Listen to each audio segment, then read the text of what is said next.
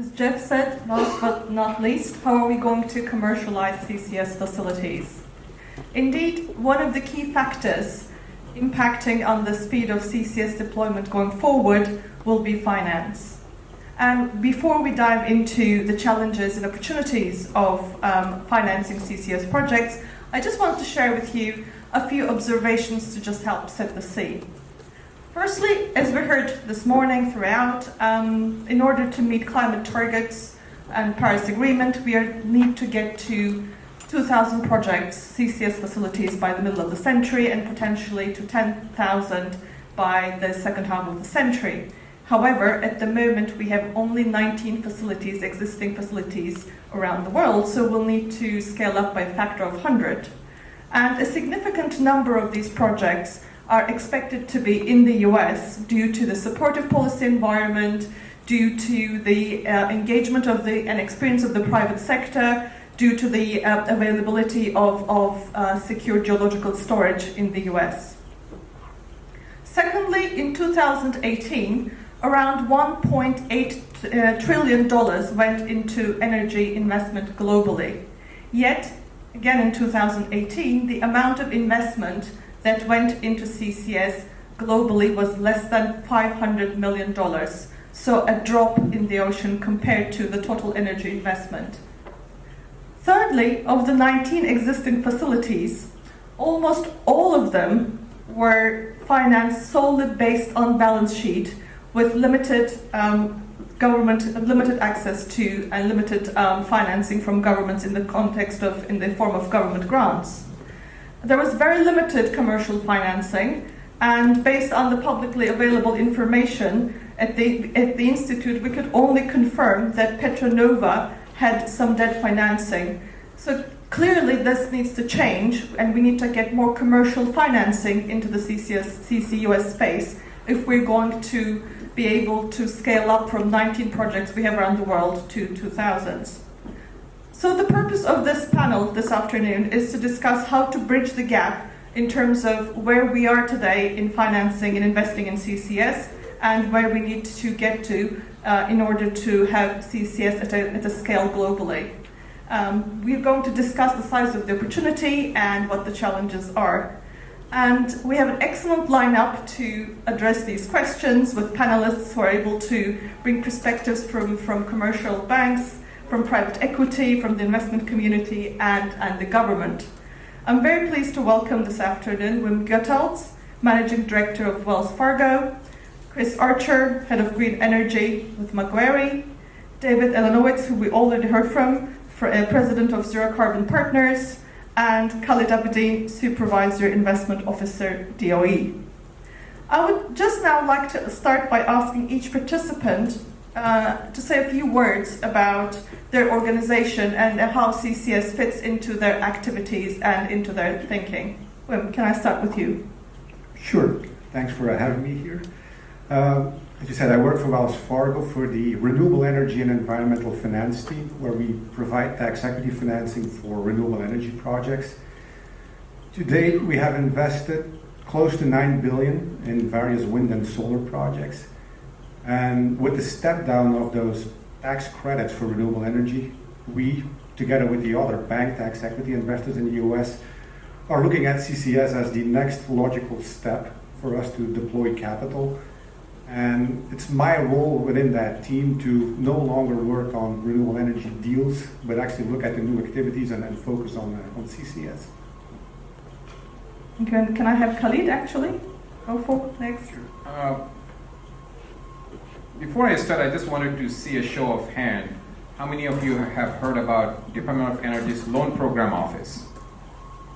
Wow, quite a bit. So just to let you know that we have 5 different programs. One is the nuclear, fossil energy, renewable, advanced vehicle manufacturing, and tribal energy. The CCS falls within the fossil energy program. We have about $8.5 billion capacity, of which we have given $2 billion to LCM project. This is a public information. So we made a conditional commitment to LCM, and we still have a $6.5 billion available to fund different projects. One of the key area or value propositions that we have, that we get involved with potential applicants, project developer, investors early on. So before they apply for any kind of loan, we have a team of people, engineers, lawyers, bankers, and environmental people, a team of people. We discuss different avenues of the project and try to shape the project in a way that the project is bankable and financeable. After that, we request the applicant to apply for the project. So this is a kind of like a free consultation. We have resources that we can do it for the benefit of potential applicant. Second, we are the senior lender, and we encourage private lender to come along with us and participate in debt offering. However, for some reason, if the other lender doesn't want to come in, we can fund the entire amount. We have no contingency in terms of whether the market capacity is there or not, so we have no problem writing the whole check. And it brings a certainty to the project developer and applicants, and also bring liquidity for funding. And third, we have a very active portfolio management group. A lot of people doesn't know that in a typical funding environment, or a loan goes into a bank's balance sheet, a bank would transfer that loan to a third party that can sell it. But in our case, we are held for long-term investors. We held to maturity. So we pretty much keep the risk, stays with us until the loan matures. After funding, we exposed to construction risk and the operational risk of the project. Our portfolio management group, if there are any hiccup, they bring all the parties together and try to solve the problem quickly. This is an additional service that we provide to the stakeholder when the project is in during operations or construction phase. Thank you. Thanks very much, Khalid. And Chris? So yeah, I'm part of Macquarie, it's an Australian headquartered financial institution. Within that, I sit in Macquarie Capital, which is the principal investment and advisory business of the Macquarie Group. And within Macquarie Capital, I lead the Green Investment Group in the Americas, and that's our principal investment arm focused on green energy. We invest around $1 to $2 billion annually in green energy, primarily in development and construction of new green energy assets. And a bit like Wim, we're I guess defining CCS broadly as part of that green energy mandate, and really see it as a big growth opportunity for us in this space. At the moment, we're active across wind, solar, offshore wind, waste, biomass, and CCS is really just the next asset class we see falling into that wider category. Thank you. And David, we've heard from you a little bit earlier today about your involvement and investment in Global Thermostat, but can I ask you why you founded Zero Carbon Partners, and particularly what made you put your own money into CCUS and direct air capture? What's the opportunity that you see, and why did you want to be an early mover in this space? So I was 25 years in private equity. I invested and scaled a bunch of companies, both investing my own money as well as going to CEO. The last company I went to CEO of, I was a Florida company from $40 million in revenues to $700 million over a several-year period, and I sold it about 3 years ago. That was basically all I was doing until about a year and a half ago. I decided, having read yet one more article about the issues related to climate change, I'd shift completely to climate change, originally as a philanthropist. So I went in there, and then 2 months later, I came across the IPCC report talking about the need for carbon dioxide removal. And as a consequence, I spoke to a lot of the top scientists, read all the white papers and government reports, and most of the patents, met with a bunch of companies. As a consequence of all that, I discovered that there are, only a handful of companies in this space that are critically important.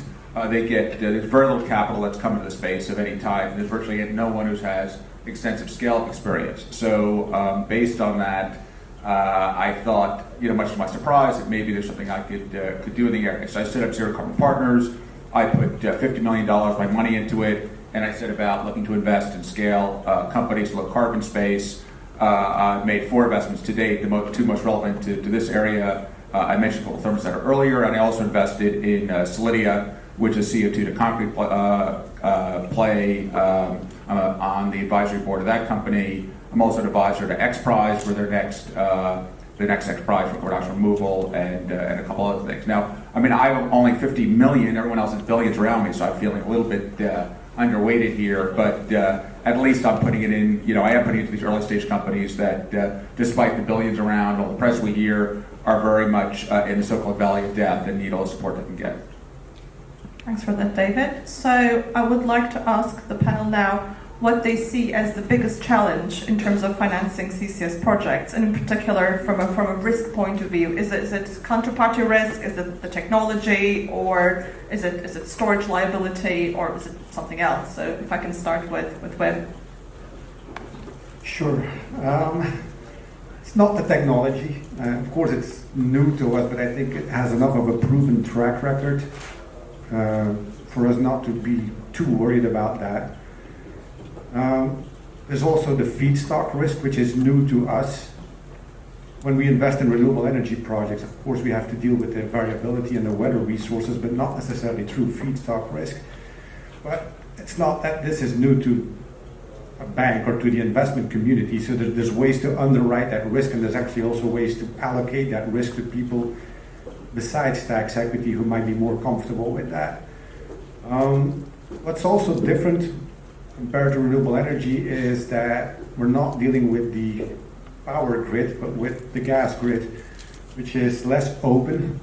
And for example, when you finance a wind project and the off-taker of your power, the wind power, goes belly up, but you can still continue to sell power on the grid and continue to generate those tax credits. That's not necessarily the case in CCS, and that's of course a risk that we're focusing on, especially when we deal with projects with enhanced oil recovery, where what happens if that stakeholder goes away, and how do we handle that risk? Then of course there's the long-term commercial liability and the lack of clarity around that, but the guidance that came out last week was favorable in that it is actually possible to, let's call it, structure around that, or include reps and warranties and covenants in the underlying project agreements to, again, to allocate that risk to the parties that are the most apt at handling that risk. One of the key challenges that we actually have right now, it's not necessarily a risk challenge, but it's just a matter of bandwidth. And I see that in the entire industry. In my team, we invest in renewable energy projects, and because of the step down of those tax credits, 2020 will be the busiest year ever. We're talking about 3x compared to normal years, and most of us are just completely tied up doing other work. And I see that in other companies as well, and that's one of the challenges, frankly speaking, for this to happen. Now, luckily we decided to free up the time and have dedicated resources working on CCS, but it's an issue. Any further thoughts, Chris, or other panelists? Yeah, I think I agree with Wim, but I think the challenge with CCS, or the biggest challenge with CCS, is there's no sort of one-size-fits-all CCS project. So, the 3 risks are the production of CO2 or the source of CO2, how you capture it, and how you sequester it. In a direct air capture, the risk's not the presence of CO2 because it's there in the air and there's no credit risk. But actually, the technology to capture it's less proven and more challenging. In a coal sort of point source capture, then the coal plant being around for 12 years and producing energy economically is probably a bigger risk than capturing. And then you've got the risks around sequestering. In general, as we've said, you've got large oil and gas companies with strong balance sheets who've been doing this for a long time, then that's pretty low risk from a sequestering perspective. But I think the biggest challenge we're seeing is that every project's different, and you have those 3 risks sort of end up being translated into counterparty risks, or actually nothing to do with CCS, but more to do with the long-term viability of certain industries that are producing the CO2, whether it's coal plants or other industries. And that's probably the thing we're going to see as being the biggest challenge is, unlike a sort of wind or solar project, which are a lot more similar from project to project, CCS projects, each time an investor gets involved, they need to potentially learn a new industry and the risk around CO2, and then get comfortable with a new set of counterparties and a new potential geology for sequestering that CO2 as well. So there's a lot of differences from project to project. And can I just follow up on that, because when we spoke on the phone, I wanted to ask a little bit about how project sponsors can make their projects more easily financeable, and I think you had some pretty strong views about quality, credit quality of emitters, long-term offtake contracts, etc. Anything that you think would make these projects more easily financeable? Yeah. Clearly, if you've got an investment-grade emitter who's willing to guarantee they're going to produce a certain volume of CO2, and on the other side, you've got an investment-grade counterparty who's willing to guarantee the long-term sequestration, and you're capturing from ethanol or ammonia, where the technology is very simple, the capex is relatively low, the returns therefore are pretty good. That's going to be a pretty easy project to fund. A project that's capturing from a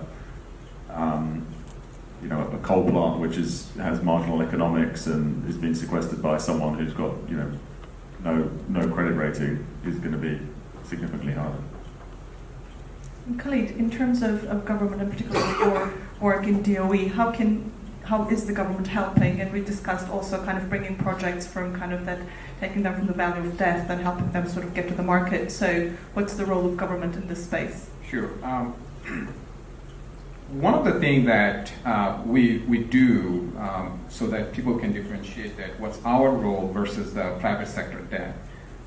When a CCS technology is ready for commercializations, in other words, it has a data available from the pilot project or a demo, and it's ready for scalability and commercialization, but the private lenders, other banks, are not interested to fund this project because of the technology risk. That's where we come in. We fill that gap. We take the technology risk. We have an army of engineers at DOE, and they look into it, they mitigate those risks, and then we take the transaction into financeable shape. Now, we also have people like myself who are ex-banker. We put a structure together where the deal is fundable, financeable. We also have environmental people. They look into the environmental impact. So we have a team of people that we look at. In terms of the risk perspective, we see the risk a little differently. So if we look into the entire chain of projects, you have the capture, you have the transport, and then you have the sequestration. These are three different buckets of business. Now, we haven't seen one entity doing all this chain of business yet, but it may happen sometime in the future. But on the capture side, we still think there are technology risks there, and the cost, those are a critical component of risk. In addition to that, typical project finance risk like counterparty risk, contractual risk, cash flow risk, those comes along with any project. So as a banker, you have to mitigate some of those risks. But the technology risk is the paramount, and that where the private lenders doesn't feel comfortable. In terms of the midstream side, which is a pipeline or transport side, you do not have as much of technology risk because pipeline is pretty much, everyone knows what the pipeline is, how it works. There is nothing that much of innovations, but the risk over there is a permitting risk and also getting the contractual contract in place so that the pipeline is financeable. Such as you have farm contract, farm transport, or non-farm transport. How do you set up your contract with your potential shipper or potential capture CO2 who are trying to transport it from your pipeline? And then lastly, you have the most difficult one, which is the sequestration. The EOR is no-brainer, so that has been done. People are doing it, so we don't see that's a lot of risk on that side. But in terms of the geological sequestration and utilizations, making a product out of CO2, there are issues and liabilities is evolving. Obviously, class 6 permits are, people talked about the class 6 permit in another panel. So we have to wait and see how some of the risk being shared or priced, is evolving. We are not there yet as an industry. And if I turn to David, could I ask you to talk a little bit about direct air capture in particular and sort of more newer technology? How do you see the technology risk within that technology, as well as, for example, some new applications of carbon utilization? And what's the role of the investment community, private equity in this space in terms of helping accelerate these technologies? So overall, in direct air capture, the three main companies have all been about 10 years out in working on their tech. None of them are completely there in terms of where they really need to be, either in terms of functionality of the tech or their cost. And they're all, I think, getting close. But I think there's certainly in each case, some level of tech risk that needs to be assessed.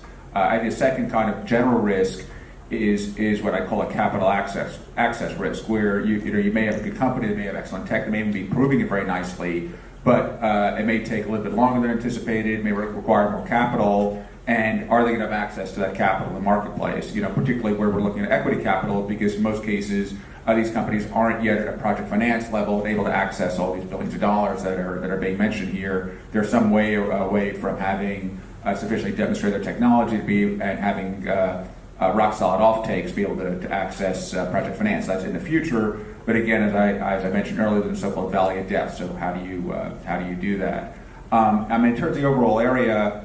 It's a very interesting area just in terms of what's going on and the opportunity. Direct air capture, if based on all the data that's used in all these reports, to the extent you need to remove 10 to 20 gigatons a year, or some people think that certainly is overly ambitious. If you look at the assumptions today that were laid out, it's probably going to be a lot more than that based on the actual level of emissions reduction. And if it's more like 20 to 45 gigatons, and you use an imputed cost of carbon, whatever, $50 or $100 a ton, whatever number you use, you're talking about multiple hundreds of billions or trillions of dollars. So it's a very large market there. And then, carbon dioxide utilization, another very interesting area of CO2 to cement and concrete, and CO2 to chemicals and others that some have already spoken about. That's estimated by McKinsey to be over $1 trillion marketplace by 2030. It may take a little longer than that, but certainly there's big expectations for all of that, which is very interesting, exciting from an investor standpoint. At the same time,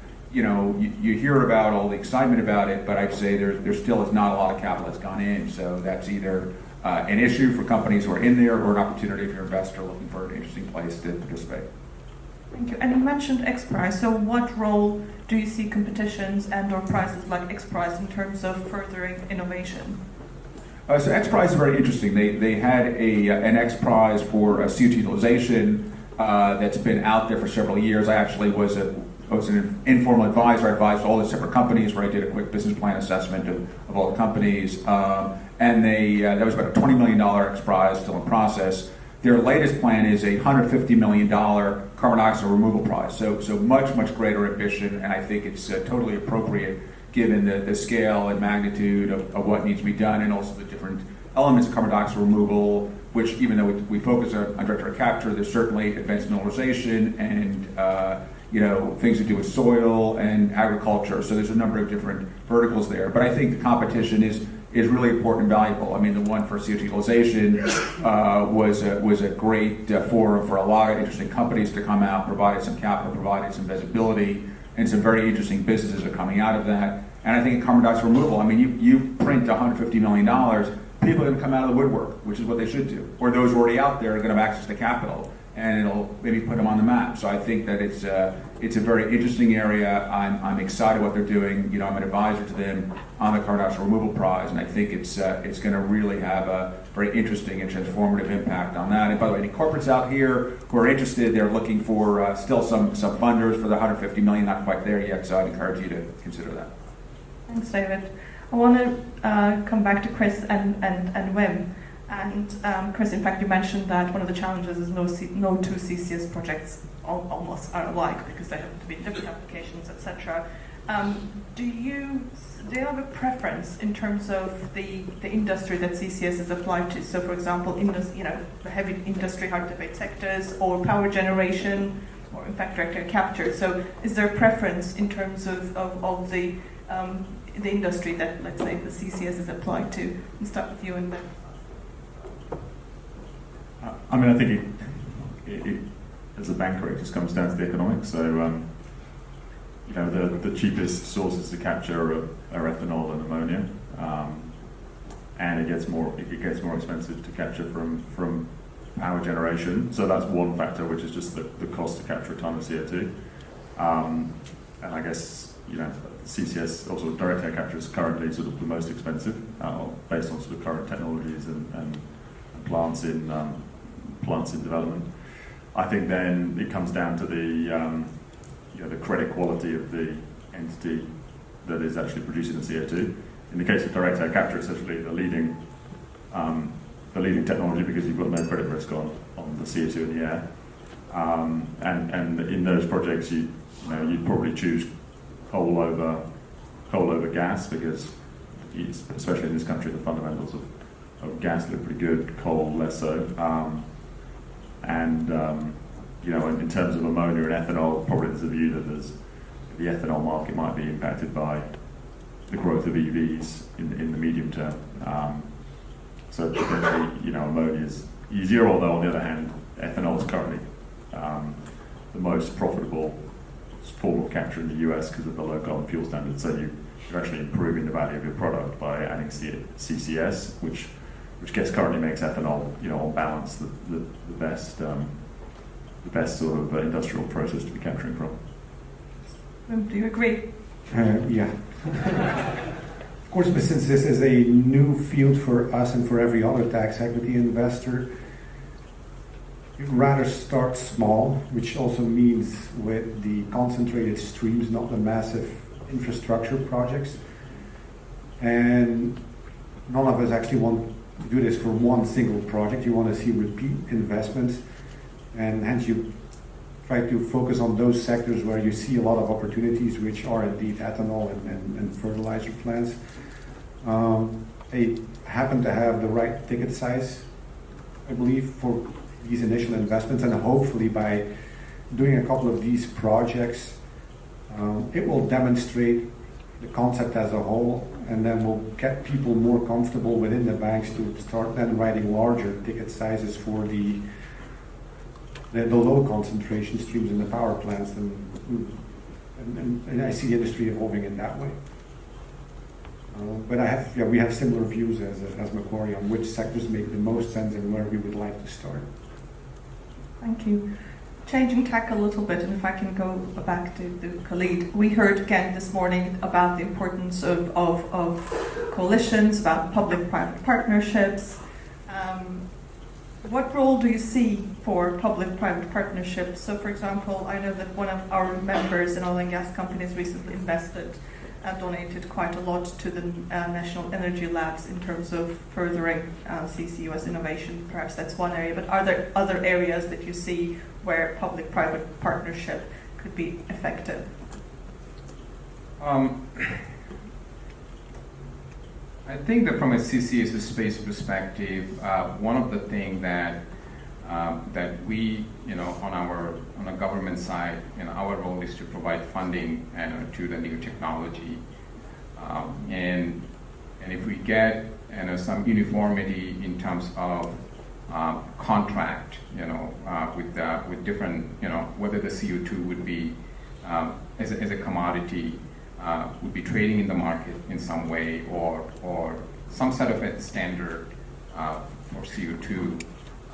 That would be something would be very helpful. That for the financing some of this project, there could be an avenue that where, based on what we have learned, what type of, you know, issues that we face on the technology side, and what are the things that the private sector could do, and then put that in a contract and the pricing. So I think there is some work that needs to be done on that side. But aside from that, we are fully involved with private sector, and our, you know, we have a very active pipeline. We engage with the private sector early on to develop some of this project. We are only a piece of the puzzle. But there are also other pieces need to get together for a CCS project to move forward. That's the equity, that's the EPC contractor, that is the owner, there's the operator. There's so many other pieces need to get involved. So working together would be very helpful also to get some of this project done in the next few years. Thank you. And I know that from the audience there were a few questions already in the morning about sort of finance-related issues. So I would like to sort of turn to the audience and see if there are any questions to our panel.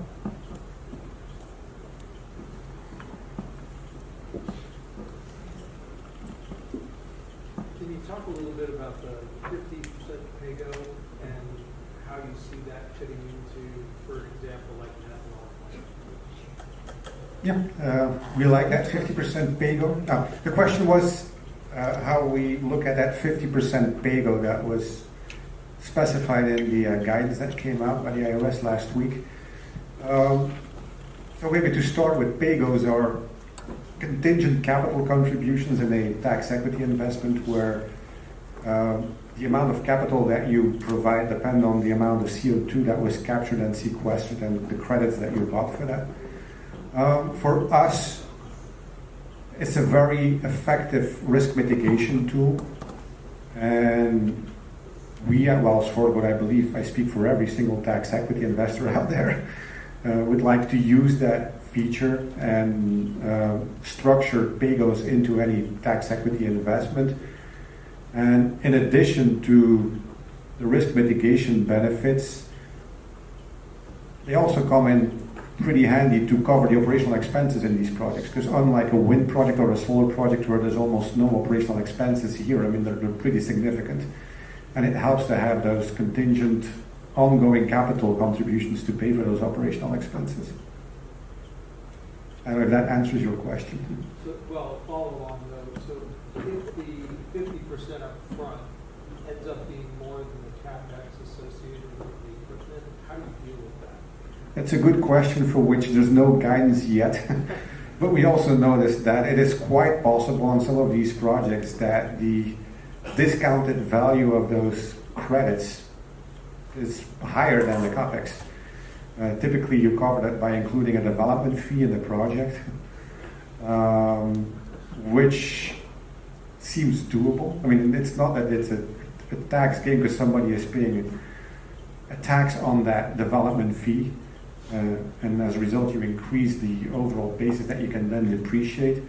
But there's a couple of other oddities that we don't see, for example, in renewable projects. The fact that there's very little cash or no cash whatsoever in pure sequestration projects creates other problems as well, for which some additional guidance would be welcome. For example, one of the features of a tax equity investment is the capital accounts and the tax basis. On a lot of these projects, because there is almost no EBITDA, you will create what is called a deficit restoration obligation that will either reside with the tax equity investor or with the sponsor of the project. And I know it's not going to be with us, but it's hard to see how you can really resolve that issue unless the tax credit will be renewed after year 12, or unless there's another price for carbon or another incentive. And that's actually a big question, and maybe the big elephant in the room, but what happens after year 12? Because these projects have negative EBITDA, there is no longer an economic incentive to keep the machines running, and to keep on sequestering the carbon. And of course, we all want that to happen. We all want this process to continue, but without an incentive, it creates an environmental issue and it also creates a financing issue. And that's something also that we need to think about. What happens after year 12? Yes. I'm with IFC, part of the World Bank Group, and I'm curious if there's anything that's on your radar in terms of bankable projects in emerging markets and developing countries. And if not now, when do you think that will happen? I think there's certainly some. I mean, the start of CCS projects tends to be linked to oil and gas production, because you've kind of got the natural places to sequester and a lot of infrastructure in place. So the Middle East and I guess places like Brazil are opportunities. I always get it wrong when I know the IFC mandates OECD and which countries are OECD and which ones aren't. But I'm pretty sure that I would have thought that Latin America and Middle East will be the places where kind of non-OECD countries start doing CCS first. And I know there's some projects in the Middle East, for example. And potentially also bioethanol, etc., kind of in parts of the world can be similar to oil and gas because of being low-hanging fruit, sort of high concentration CO2, probably lower cost projects, and there is some interest, but we haven't seen a project yet in the developing world in this area at least.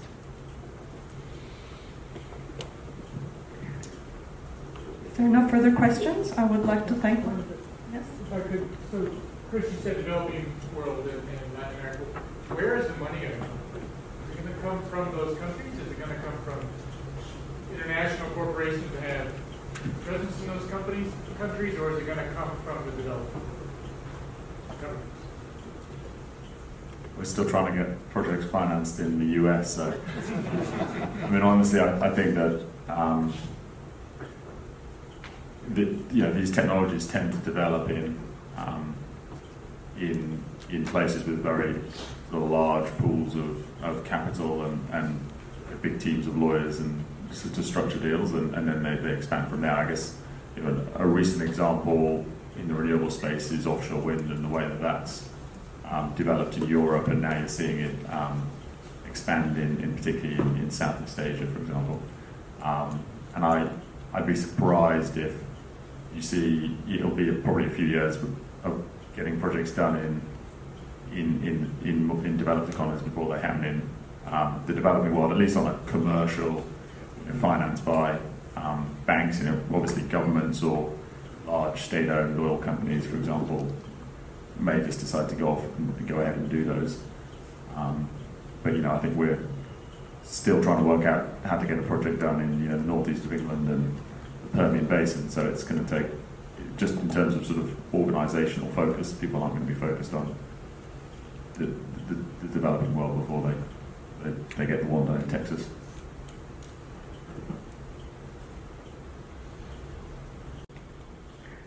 So if there are no further questions, I would like to thank the panel.